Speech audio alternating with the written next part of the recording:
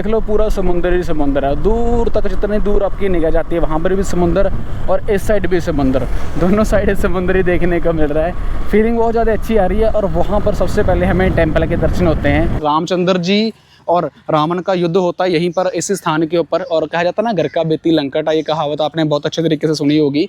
वहीं चलती तो हमारी इंसानों की क्या चलेगी, क्योंकि भगवान को जो मंजूर होता है होता वही है। But I pray to God कि ऐसा दिन कभी किसी के ऊपर ना आए जिस तरीके से इन लोगों के ऊपर आया। कहा जाता है कि छोटे छोटे बच्चे भी थे, बड़े बड़े लोग भी थे। अब जिन छोटे छोटे बच्चों ने जिन्होंने ज़िंदगी देखी नहीं है वो भी मौत के घाट उतर गए, उस बड़ी बड़ी सुनामी के घाट उतर गए। अब नमस्कार, सत श्री अकाल, स्वागत करते हैं आपका तीसरे दिन के अंदर। रामेश्वर में हम खड़े हैं।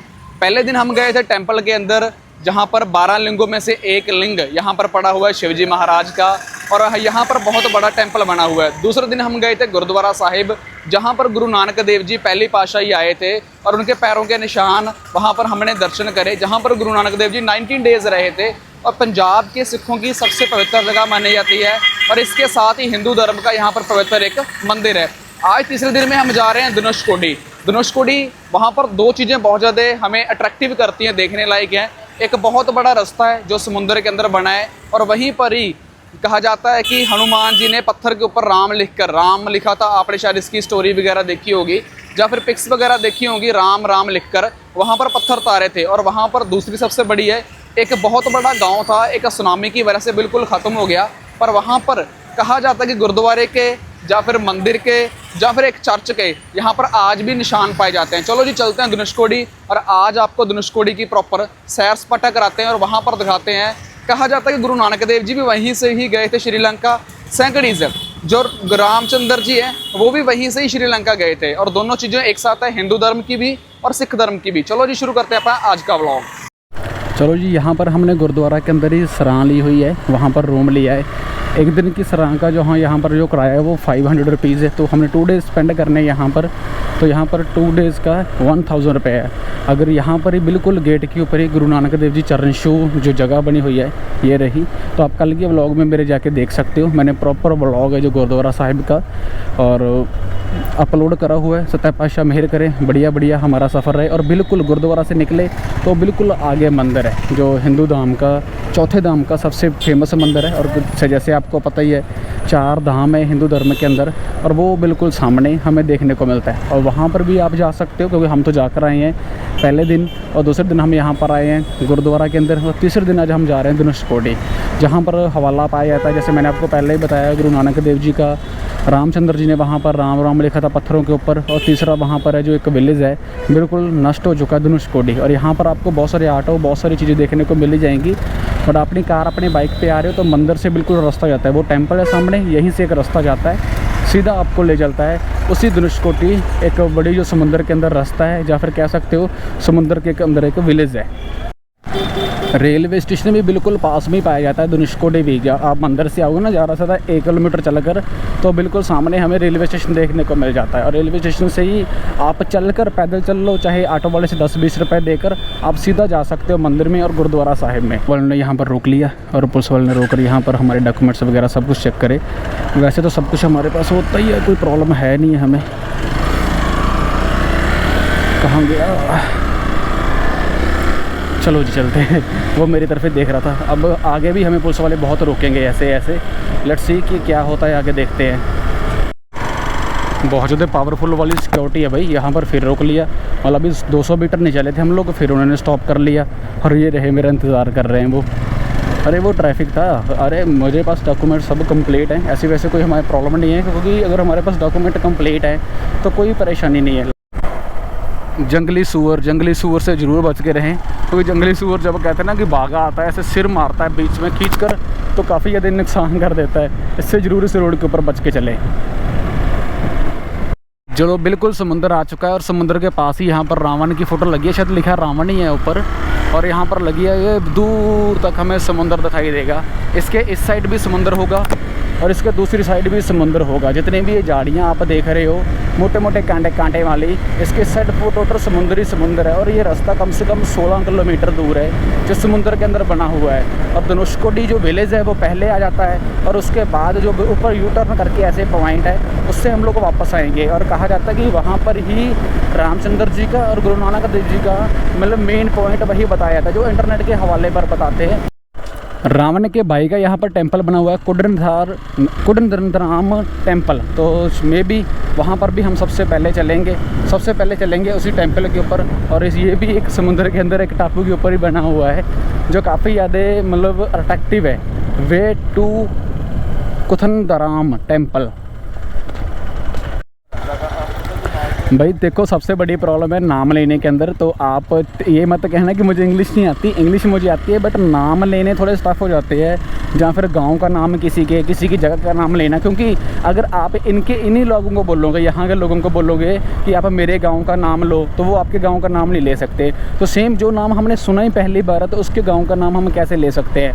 ये देख लो पूरा समुंदर ही समुंदर है, दूर तक जितनी दूर आपकी निगाह जाती है वहाँ पर भी समुंदर और इस साइड भी समुंदर, दोनों साइड समुंदर ही देखने को मिल रहा है।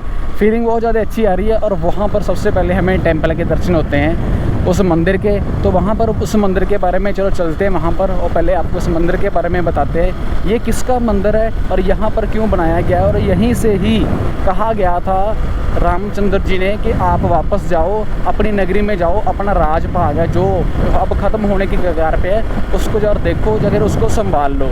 अभी आप सोच रहे हो कि वो इंसान कौन है, चलो जी मैं वहाँ पर चल के आपको बता। दोनों साइड समुद्र का एरिया देखने के बाद हम पहुँच चुके हैं विभीषण का यहाँ पर टेम्पल बना हुआ है। विभीषण का आगे मंदिर है, यहाँ से आप आगे जा सकते हो। ऊपर आपको रामचंद्र जी, हनुमान जी की, विभीषण की एक स्टैचू बने दिखाई दे रहे हैं। अगर इसके बैक साइड की हम तरफ जाते हैं ना तो बैक साइड इसका आगे वही सेम टू सेम दूर तक एक मंदिर है और उसके बैक साइड हमें समुद्र देखने को मिल जाता है। इसका एक टापू है, चारों तरफ अगर आप गूगल पे भी देखोगे तो आपको चारों तरफ पानी ही पानी दिखाई देगा और बीच में सिर्फ एक ये रोड है जो इस मंदिर के पास आता है। तो कहा जाता है कि जब अगेंस्ट विभीषण, कौन था विभीषण सबको जानते ही हैं, विभीषण रावण का भाई था, छोटा भाई कह सकते हो, और किंग ऑफ रावण के नाम से जो जाना जाता है। श्रीलंका बिल्कुल आगे हमें देखने को मिलता है, वहाँ भी चलेंगे। श्रीलंका में तो नहीं जाएंगे बट श्रीलंका वहाँ से खड़कर दिखता है, आपको अपने मोबाइल में जरूर दिखाएंगे। विभीषण ने कहा था कि रावण को कि जो सीता मैया है इनको लटा दो, आप इसको बंदी बनाकर यहाँ पर मत रखो। बट ये बात रावण किंग जो लॉर्ड किंग है उसने ये बात मानी नहीं या फिर उस बात के ऊपर अमल नहीं किया। उसके बाद विभीषण रावण को छोड़कर रामचंद्र जी के पास आ जाते हैं, उनकी शरण के अंदर रामचंद्र जी को आगे उनके साथ मिल जाते हैं। और वहाँ पर भी कॉम्प्लिकेटेड केस इंटरनेट के हवाले से ये देखने को मिलता है, उनके ऊपर विश्वास नहीं होता। बट रामचंद्र जी ये बात उनको बोलते हैं कि कोई बात नहीं, अगर यहाँ पर आया तो हमारा फ़र्ज बनता है इसकी बात सुनना और इसकी बात मानना। उसके बाद अगेंस्ट रामचंद्र जी और रावण का युद्ध होता है यहीं पर इस स्थान के ऊपर। और कहा जाता है ना घर का बेटी लंकट, ये कहावत आपने बहुत अच्छे तरीके से सुनी होगी। बट हम एक कहावत को ना तो गलत बोलते हैं भाई ना ही सही बोलते हैं, बट एक्चुअल में मेन जो पॉइंट बोलने वाला ये है कि उसके बाद विभीषण ने बताया था रामचंद्र जी को कि इसके धुन्नी के अंदर अगर आप तीर मारोगे तभी इसकी मृत्यु होगी। तो सेम टू सेम विभीषण की वो बात सुनकर रामचंद्र जी ने तीर मारा था रावण की, मतलब जो पेट वाली धुन्नी के अंदर, उसके बाद रावण की जो हत्या हो जाती है। तो सेम ये जो स्थान है उस विभीषण जी को क्रेडिट किया गया है, तो विभीषण जी का ये स्थान है। और यहीं से रामचंद्र जी ने फिर विभीषण को ये बात बोली थी कि आप यहाँ से, अब जो रावण है उसकी हत्या हो चुकी है, वो मृत्यु हो चुका है, तो आप यहाँ से जाओ, अपनी जो लंका है उसको जाकर संभाल लो। यहाँ से फिर विभीषण है वो यहाँ से चला गया था। तो यहाँ पर बहुत सारे लोगों का इकट्ठ देखने को मिलता है, बड़ी बड़ी गाड़ियाँ, बड़े बड़े ऑटोस वगैरह, और बीच में एक बड़ा सारा समंदर। धनुषकोडी ये विलेज है उसके अंदर, और यहाँ पर रामचंद्र जी और लक्ष्मण जी का वहाँ ज्योतिर्लिंग की यहाँ पर कहते हैं पूजा वगैरह की थी इसी विलेज के अंदर। चलो यहाँ से चलते हैं सीढ़ियाँ उतर कर। जिस विलेज की हम बात कर रहे थे पिछले काफ़ी टाइम से, धनुषकोडी विलेज, यहाँ की हिस्ट्री बड़ी चौंकाने वाली हिस्ट्री है, क्योंकि कहा जाता है 22-23 दिसंबर को जब हज़ारों लोग यहाँ पर सो रहे थे और समुद्र की सुनामी आती है। समुद्र के सुनामी आने के बाद जितना भी यहाँ पर पूरा विलेज था बिल्कुल ख़त्म हो जाता है। यहाँ पर एक रेलवे ली हुई थी और रेलवे ली हुई बिल्कुल ख़त्म हो जाती है। पहले यहाँ पर लोगों का आना रहना आना जाना लगा रहता था इस गांव के अंदर। पर 1964 के अंदर जब वो बड़ी सुनामी आती है जिसकी लहरें कहा जाता है 700 फुट थी और नियर अबाउट 1800 लोग उसमें मारे गए थे। अगर ट्रेन की बात करें तो ट्रेन में कहा जाता है बुरी किस्मत थी उन लोगों की, ट्रेन भी यहाँ पर आने ही वाली थी, उस टाइम ऑलमोस्ट पहुँच चुकी थी अपने स्टेशन के ऊपर और उसमें नियर अबाउट 125 लोग सवार भी थे और रेलवे लाइन भी टूट गई, रेलवे भी डूब गई और उसमें सवार 125 लोगों की कहते हैं वो भी मृत्यु हो चुकी थी। और उसके बाद 1964 के बाद यहाँ पर कोई भी रहन बसेरा नहीं हुआ, मतलब 1800 लोग उस गांव के यहाँ पर थे। टोटल घर की बात करें तो 500 घर थे, 500 नियर अबाउट होम थे। स्ट्रक्चर वगैरह जितना भी है आज थोड़ा बहुत यहाँ पर बचा हुआ है। यहाँ पर मैं आपको दिखाता हूँ, यहाँ पर इन लोगों ने लिखा भी हुआ है special thanks to Hindu news वाले यूट्यूबर्स एंड बाइकर राइडर्स। मतलब वो लोग यहाँ पर ज़रूर आते हैं हमेशा ही। यहाँ पर देखने को मिलता है हमें इंडियन ओशन 27 किलोमीटर डिस्टेंस के ऊपर हमें देखने को मिलता है श्रीलंका। मतलब यहाँ से खड़कर हम श्रीलंका अपना देख सकते हैं। बोट मेल ट्रेन जो यहाँ के ट्रेन का नाम था, तब की ट्रेन जो इसके अंदर डूब चुकी है, बोट ट्रेन नाम थी। ड्यूरिंग द ब्रिटिश पीरियड ये चीज़ ट्रेन वगैरह यहाँ पर चलाई गई थी। Dhanushkodi harbour with railway track, और यहाँ पर इस टाइप का यहाँ पर एक रेलवे ट्रैक हमें देखने को मिलता था। जब यहाँ पर तूफान वगैरह आया 1964, यहाँ पर लिखा भी हुआ है 1964 डिस्चार्जर जितना भी ये विलेज था रामेश्वरम के अंदर आता है धनुषकोडी, ये सब खत्म हो गया था। कुछ इस टाइप्स के इसकी तस्वीरें वगैरह हमें यहाँ पर देखने को मिलती है। कैसे रेलवे लाइन है, जैसे ये रेलवे का कितने डब्बे पड़े हुए हैं दूर तक, और ये रेलवे लाइन है। और इसके अलावा ये डब्बे वगैरह इस टाइप से मतलब पलट गए थे। यहाँ पर जितने भी घर वगैरह थे तब टोटली डिस्ट्रॉय हो गए थे। और कुछ इस टाइप से हमें ये घर वगैरह अभी जो इसका थोड़ा बहुत स्ट्रक्चर वगैरह है ये देखने को मिलता है। तो ये कुछ बड़ी बड़ी ये दीवारें, कहा जाता है 500 नियर घर थे यहाँ पर, 500 घर। कोई थोड़े बहुते घर नहीं होते यार, बहुत ज़्यादा घर होते हैं वो। और उसके अलावा 1800 लोग 1800 100 लोगों की कहते हैं डेथ हो चुकी है। बोर वगैरह भी यहाँ पर आम ही देखने को मिलते हैं, उसी टाइप का ये स्ट्रक्चर वगैरह है। मैं आगे चल के आपको दिखाता हूँ। यहाँ पर पानी है ना वो 4-5 फुट के ऊपर ही आ जाता है। देखो ये रियलिटी का पानी है, धरती का ग्राउंड लेवल का जो पानी है, सिर्फ ज़्यादा से ज़्यादा जो इसकी दूरी है वो सिर्फ 5 फुट है। और 5 फुट के ऊपर यहाँ पर पाइप लगी हुई है और धरती का पानी निकल आता है। इतना पानी इस यहाँ पर ऊपर पड़ा हुआ है, 5 फुट के ऊपर ही पानी है। मतलब यहाँ पर आप 5 फुट का अगर खड्डा वगैरह करोगे तो आपको साथ के साथ ही पानी निकल आएगा। ये कुछ ओल्ड बिल्डिंग या ओल्ड स्ट्रक्चर वगैरह उसी टाइप का बना हुआ है। चलो ये पेड़ पौधे तो अब उगाए हैं और वहाँ पर हमें वो छोटे छोटे पत्थर वगैरह भी देखने को मिलते हैं। यहाँ पर आगे टूटा हुआ का घर है, ये उसी टाइम का है 1964 का, जब वहाँ पर सुनामी आई थी। इस टाइप भी अगर हम थोड़ा सा अंदर जाके देखते हैं, अभी तो यहाँ पर किक्कर वगैरह पौधे वगैरह बहुत निकल आए हैं, पर इस टाइप से ये स्ट्रक्चर वगैरह देखने को मिलता है। मतलब ये लोगों के घर थे, वो आगे भी घर है, यहाँ पर भी घर है। ऐसे छोटी छोटी झाड़ियों के अंदर या फिर कंडेदार पेड़ों के अंदर बहुत ज़्यादा दरख्त वगैरह है, बहुत सारे घर वगैरह है जो हमें देखने को मिलते हैं। एक घर वो सामने है जो बिल्कुल टूट चुका है, पता नहीं कितने लोग यहाँ पर तब सो रहे होंगे जब सुनामी आई होगी और सभी के सभी लोगों की मृत्यु हो गई। और ये भी टोटली जो घर वगैरह है टूट रखा है, अभी ऊपर की छत वगैरह नहीं। आप सोच के देखो कि 200 से प्लस हवाएं तेज चल रही थी और 23 फुट सुनामी कोई थोड़ी बहुत ही नहीं होती। ये इस टाइप का इनका घर वगैरह होते थे। अब अंदर तो हम जा नहीं सकते क्योंकि ये पूरा झाड़ीदार कंडे वगैरह लगे हैं। और ऐसे छोटे छोटे घर, जितना भी आप यहाँ पर जाओगे ना, काफ़ी मतलब एरिया ज़्यादा है बड़ा, जितना भी दूर तक आप देखोगे, ये देखो आगे भी है सेम टू सेम ऐसे खंडर हो रखा है। बट बाद में इस जगह को भूतिया का नाम दे दिया गया कि ये एक गोस्ट वाली जगह है, जहाँ भूत प्रेतों वाली जगह है, जिसकी वजह से लोगों का आना जाना मतलब रहन बसेरा यहाँ पर बंद हो चुका था। लोगों का आना जाना तो वैसे यहाँ पर लगा ही रहता है, वो तो कोई बड़ी बात नहीं है। बट ये है कि गलत बात है, गवर्नमेंट भी खुद ये बात बोल रही है कि यहाँ पर भूतें रहती हैं। भी कहाँ पर भूतें रहती हैं, वो सब लोग यही कह रहे हैं कि हम तो नाइट को भी यहीं रहते हैं, अपना काम धंधा करते हैं। जिन्होंने अपनी रोज़ी रोटी चलानी है, पेट भरना है, वही बंदा ये बातें कह रहा है। अब पता नहीं क्यों, जहाँ तो ये हो सकता है कि अगेन गवर्नमेंट को डर होगा कि दोबारा फिर यहाँ पर बड़ी सुनामी आ गई, जितने भी लोग यहाँ पर आकर रहेंगे या रहन बसेरा अपना करेंगे उन सबकी मृत्यु हो जाएगी। सो ये एक बड़ी वजह हो सकती है और उसको नाम दे देते हैं भूतों का। ये देखो कितने खंडर हैं, कितनी मोटी मोटी दीवारें होती थी यार, जो अब बिल्कुल ख़त्म। और पानी का लेवल तो मैं देख कर हैरान हो चुका हूँ। यहाँ पर नाम वगैरह लिखे हैं बट चिन्ह वगैरह नहीं लिखे। कितना सुंदर बना रखा होगा, ये किसका घर है, किसी अमीर के लग रहा है उस टाइम का, 1964 का भाई। और पानी 4-5 फुट के ऊपर है, ये बड़ी अच्छी बात है यहाँ की। और उसी विलेज के अंदर बहुत सुंदर मार्केट लगी हुई है, जहाँ पर शिवाजी के स्टैचू पए हुए हैं और बहुत सारी गानियाँ हैं।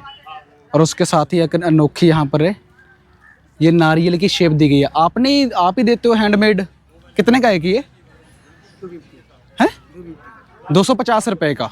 बस 250। और ये गणेश जी का भी 250 का, ये जो ये भी 250 का। तो ये मतलब घर के डेकोरेशन के लिए या मंदिर में चढ़ाने के लिए है? पुराना पानी टांगी यहाँ पर जो मंदिर है मंदिर है, शिव मंदिर है जी। बाद में चित्रामन मंदिर है। और ये वहाँ पर चढ़ाते हैं संग जो भी लेकर आते हैं कि घर लेके जाते हैं अपने? अब तो यहाँ पर कोई नहीं रहता, जितना भी ये विलेज 1964 के बाद है ना ख़त्म हुआ। तो आप यहाँ पर रहते हो? 64 खत्म हो गया। ख़त्म हो गया? नहीं, इंटरनेट के ऊपर ये कहते हैं ना कि यहाँ पर उसको भूत वगैरह का नाम दे दी गया ये वो। तो यहाँ पर नाइट के टाइम भी लोग होते हैं या नहीं होते? नाइट के टाइम लोग होते हैं यहाँ पर, तो ऐसा कुछ नहीं है, वो ऐसे लोगों ने गलत बातें बना रखी है, गलत। वो भी धनुषकाड़ी विलेज के अंदर आए थे हम लोग, तो यहाँ पर विलेज को देखने के बाद थोड़ा सा भाई लोग आए यहाँ पर, ये अपना सामान की थोड़ी डेकोरेशन कराएंगे, क्योंकि हिंदू हम से कल्चर से है ना, तो इतनी इन्फॉर्मेशन है नहीं हमारे पास। बताइए जी। ये वाला ये समुद्र का ओरिजिनल मोती आइटम्स है। ये वाला धनुषकोडी पूरा में ओनली समुद्र आइटम्स का सेल्स आएगा। ये वाला समुद्र मोती है। समुद्र मोती तो 5 टेस्टिंग आएगा। 5 टेस्टिंग? हाँ 5 टेस्टिंग है। ये वाला ओरिजिनल मोती, ये मोती जैसे इसमें पड़ा हुआ है ना। हाँ ये साइज में कितना बड़ा साइज वाला साइज है। कितना साइज होता है इसका? ये वाला साइज इसका, ये डब्बी में जो, हाँ ये वाला बड़ा साइज है। ठीक है, ऐसा साइज होता है भाई इनका। ये ओरिजिनल नकली चेकिंग दे दिया ना। नकली कौन सा है इसमें से? ये वाला ओरिजिनल है। ओरिजिनल तो मिरर का टचिंग आएगा, ये रीडिंग आएगा। ओके, जो नकली ओरिजिनल है। ये वाला ओरिजिनल तो कैल्शियम आइटम है, ये खराब नहीं, मेल्टिंग नहीं है। ये टचिंग दे दो, हो जाएगा फिर ना। ये हाँ रेज हो जाएगा। ये प्लास्टिक, ये नकली फाइबर। फाइबर दो, मिरर का टचिंग नहीं, टचिंग नहीं। सेकंड चेकिंग स्पार्क तो जलेगा, ये वाला स्पार्क तो जलेगा नहीं, आग लगाने पे। ये थर्ड चेकिंग ना खराब, कटिंग देख लिया ना, सिर्फ टचिंग तो ये वाला टचिंग ना ओरिजिनल। तो ये विलेज के बारे में थोड़ा सा बताओ, मतलब अभी यहाँ पर तो रहना बसेरा है 1964 है। गवर्नमेंट ये कहती है यहाँ पर भूतों का रहना बसेरा बन चुका है। ये वाला ऑटोमेटिक डेंजरस एरिया कितना डेवलपमेंट ना, ये 2 समुद्र 3 समुद्र జాయింట్ ఏరియానా ఎదర్ టైం नाल జాయింट एरिया नो डेवलपमेंट पढ़ना पैसा जास्ती नहीं है। गवर्नमेंट डेवलप कर नहीं रही ना यहाँ। हाँ ये रोड वाला है 4 इयर्स ओनली रोड। 4 साल हाँ पहले बनाए, ओपन 4 इयर्स ओपन। 4 साल के ऊपर है। ये ज्यादा इयर्स नहीं है, ये मोदी गवर्नमेंट, उसके बाद बंद कर देंगे। मोदी सर गवर्नमेंट का ओपन है। उसके बाद बंद कर देंगे फिर? बंद ये only tourist allowed. Morning 6 o'clock open है, चेक पोस्ट का ओपन है। इवनिंग 6 o'clock क्लोज बंद है। ये वाला फिशरमैन मछली फैमिली से ये वाला स्टे है। जो मछली पकड़ते हैं, जो यहाँ पर रहते हैं, स्टे कर सकते हैं। ये 200 फैमिली, इधर साइड 300 फैमिली, टोटल 500 फैमिली का ये स्टे कर देगा। ये स्टडी स्कूल एक स्टैंडर्ड टू 8 स्टैंडर्ड एक क्लू स्कूल 100 स्कूल चिल्ड्रंस स्टडिंग। अभी करते हैं वहाँ पर स्टडी आते हैं? हाँ इधर स्टेट इधर पीछे के। हाँ मतलब वहाँ पर बच्चे पढ़ने के लिए आते हैं। और कितने घर है अभी यहाँ पर? घर है 500। अभी घर यहाँ कितने हैं? करी अभी मतलब पहले 500 घर थे ना जो खत्म हो गए थे। नहीं ये घर है ना 500 घर में इधर साइड इधर स्टेइंग रहते हैं अभी। हाँ पहले 2000 आदमी मर गया। वो पहले मर गया था ना। हाँ ये वाला ज्यादा तमिल मैंस मर गया नहीं है। ये वाला ब्रिटिश गवर्नमेंट से मर गया। गवर्नमेंट ने कहा मर गया, पर नहीं है। मरा नहीं वो। 2 ट्रेन का समुद्र का रिटर्न जाएगा। 2 ट्रेन मतलब वो लोग यहाँ रहते हैं। ये था भाई रेलवे स्टेशन। तो रेलवे स्टेशन जो बिल्कुल तबाह हो गया था। अब चलते हैं इनके गांव के अंदर। गांव यहाँ से ज़्यादा दूर नहीं, सिर्फ 2 किलोमीटर की दूरी के ऊपर एक गांव है। तो ये रेलवे स्टेशन का मनोरंजन था जो बिल्कुल तबाह होने के बाद कुछ इस टाइप से देखने को मिला, जो स्ट्रक्चर वगैरह इसका बचा है। चलो चलते हैं जी अब दूसरी साइड, गाँव वाली साइड चलें सुखप्रीत जी। रेलवे स्टेशन को हम क्रॉस कर आते हैं तो यही कहा जाता है, मानता यहाँ पर सबसे ज़्यादा जो लोग थे वो क्रिश्चियन लोग थे। पर चर्च बनी हुई है अभी तो। चलो चर्च का फ्रंट गेट देखने को मिल रहा है, कुछ छोटे छोटे टुकड़े देखने को मिल रहे हैं। तो गवर्नमेंट ने अभी थोड़ी बहुत ही यहाँ पर डेवलप करवा दी है। जो भी लोग पहले जिनकी मृत्यु हुई है, जैसे हमने पिछले व्लॉग में जैसे हमने पीछे आपने सुना ही होगा, एक दीदी है जो कह रही है कि यहाँ पर जो 1800 लोग थे वो झूठी खबर है, मरे नहीं थे, बट एक्चुअल में 1800 लोगों की डेथ जरूर हुई थी। अब आप देखो 200 की स्पीड से पानी आ रहा है, 23 फुट ऊपर से समुद्री सुनामी आ रही है, जैसे ये बिल्कुल ख़त्म हो रखा है, तो लोग क्यों नहीं डेथ होगी? तो डेफिनेटली डेथ होगी। अभी दोबारा जो बसों यहाँ पर बसाई गई है, 300 से लेकर 400 घर है यहाँ पर दोबारा बसाए गए हैं, उनको यहाँ पर बैठाया गया है। स्कूल वगैरह भी यहाँ पर बना हुआ है और कुछ चीज़ें यहाँ पर वैसे ही रखी हुई हैं पहले की तरह ही। चलो इन चर्च को एक्सप्लोर करते हैं। ओनली एक फ्रंट गेट बचा है, वो भी यही रीज़न हो सकता है कि दीवार कितनी ज़्यादा इसकी मोटी है, कितनी ज़्यादा चौड़ी दीवार है। और इसके अलावा जो ये आसपास किसकी दीवार थी, पर उस साइड वाली दीवार तो चलो थोड़ी बहुत सेफ़ है, बीच में छोटे छोटे दरवाजे हो सकते हैं, बट इस साइड वाली दीवार तो बिल्कुल सुनामी ने ख़त्म कर दी। सुनामी बहुत तगड़ी होती है ना सर, 15 फुट होती है, 15 फुट। और यहाँ पर देखो कितना उजाड़ा है घरों का, वो दूर तक। भाई साहब तो चलो बीच में चले गए, फोटोज़ वगैरह क्लिक कर रहे हैं बच्चों की। ये स्टोन वगैरह तब के ऐसे पड़े, इनकी कोई छेड़खानी नहीं करेगी, यही से यहाँ का बताना है यहाँ के लोगों का। और ये आगे इनका मेन मुख्य द्वार कह सकते हैं, फिर मेन मुख्य। यहाँ पर यीशु जी की फ़ोटो या स्टैचू बने हुए थे, अब वो तो पता नहीं अभी कहाँ पर है, निशानियाँ या तो मिट्टी के अंदर दब नस गए होंगे।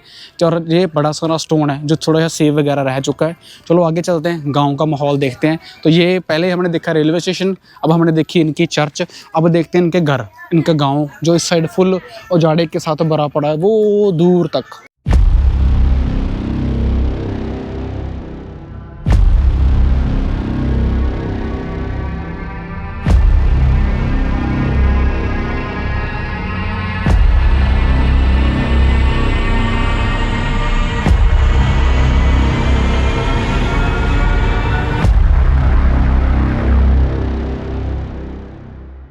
ये बाथरूम वगैरह हो सकता है, जिस तरीके से वॉशरूम यहाँ पर बनी है उस टाइम के, ये नहाने का, ये इनका एक घर हो सकता है टोटली जो बिल्कुल खंडर बन चुका है, देख सकते हो कितना। वो वॉशरूम हो सकता है, या फिर ये मेन दरवाजा हो सकता है, रसोई हो सकती है। जिस तरीके से यहाँ पर वॉशरूम बना है, एक यही निशानी है। और इस टाइप से ये पक्के मकान थे यहाँ पर, जब इनका कोई नामो निशान नहीं है इस घर का। एक घर तो ये था, तो चलो आगे भी बहुत सारे घर हैं। कुछ घर यहाँ पर मिट्टी में जो दफन हो चुके हैं, और कुछ घर यहाँ पर थे जो पानी अपने साथ रेड़ के वहाँ आगे ले गया। जैसे आगे देख लो दूर तक भाई समुंदर ही समुंदर है, और समुंदर की जब बड़ी बड़ी सुनामी आती है ना 23 फुट की, तो यहाँ पर कुछ भी नहीं बचा। सारे का सारा गाँव ही ख़त्म हो गया भाई, सारे का उजड़ ही गया सारा गाँव। मेरे माइंड में तो बस एक बात यही आ रही है यार, अगर पक्के मकानों का ये हाल है, पर यहाँ पर जो गरीब लोग थे जिनके कच्चे मकान यहाँ पर बने हुए थे, उनका क्या हुआ होगा? ये 3 लेयर की दीवार थी, 3 से 4 लेयर की दीवार, फिर जाकर ये थोड़ी बहुत ही सेफ रही है, 1 2 3 4 5 लेयर की।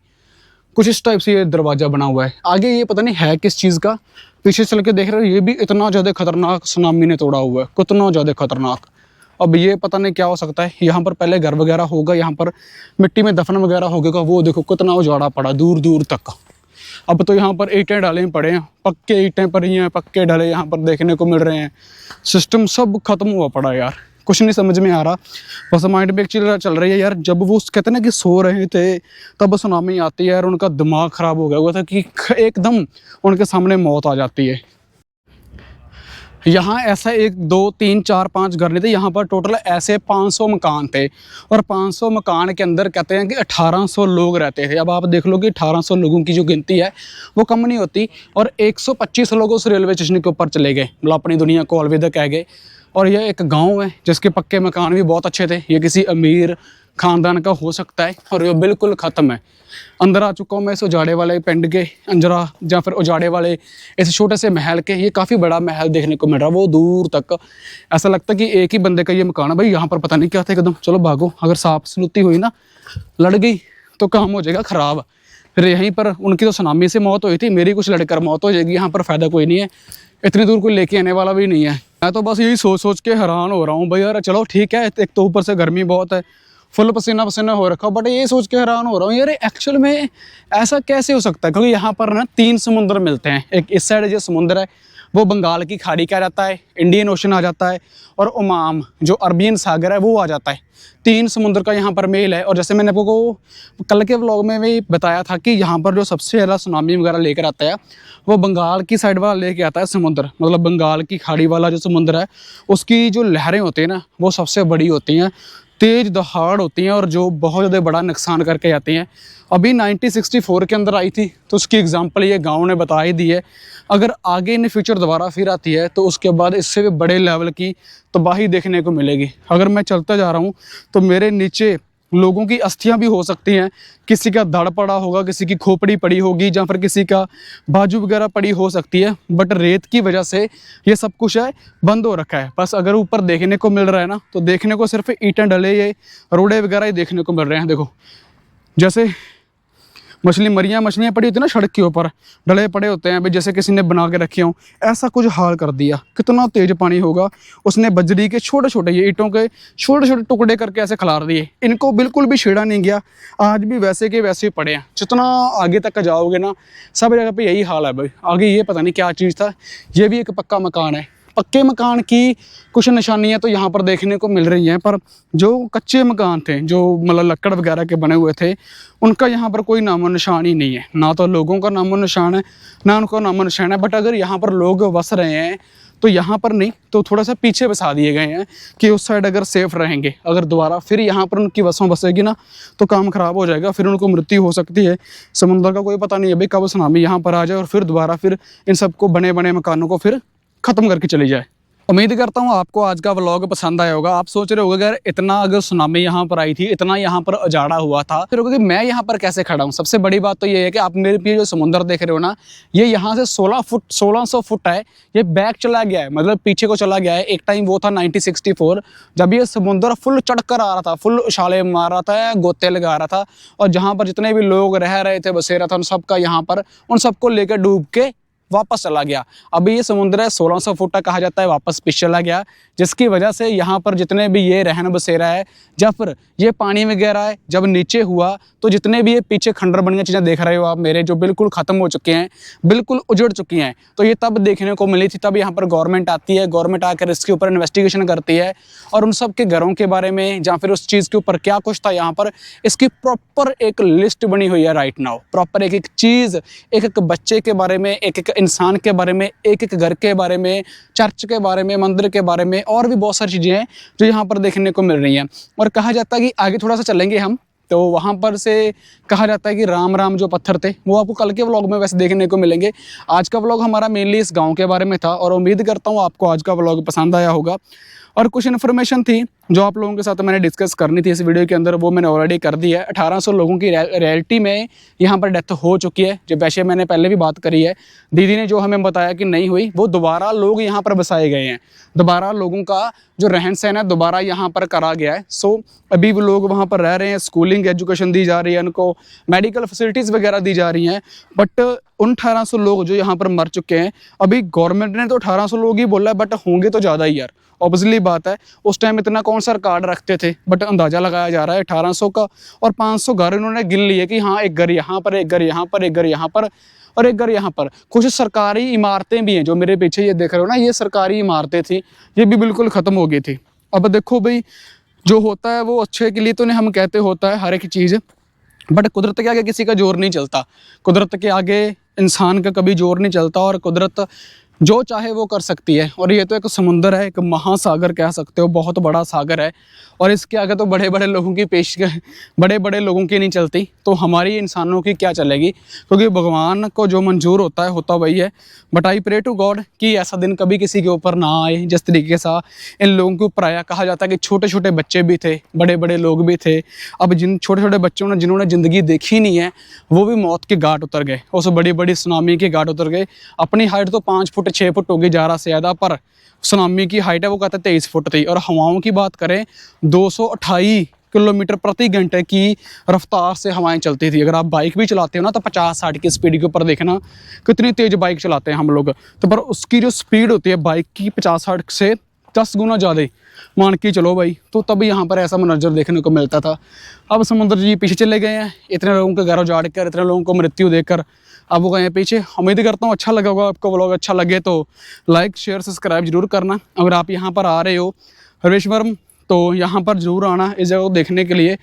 जैसे कन्याकुमारी अगर इंडिया की सड़क ख़त्म हो जाती है, यहाँ पर वो जगह भी बनी हुई है जहाँ पर राम जी, गुरु नानक देव जी श्रीलंका गए थे अपनी किश्ती वगैरह पकड़ के।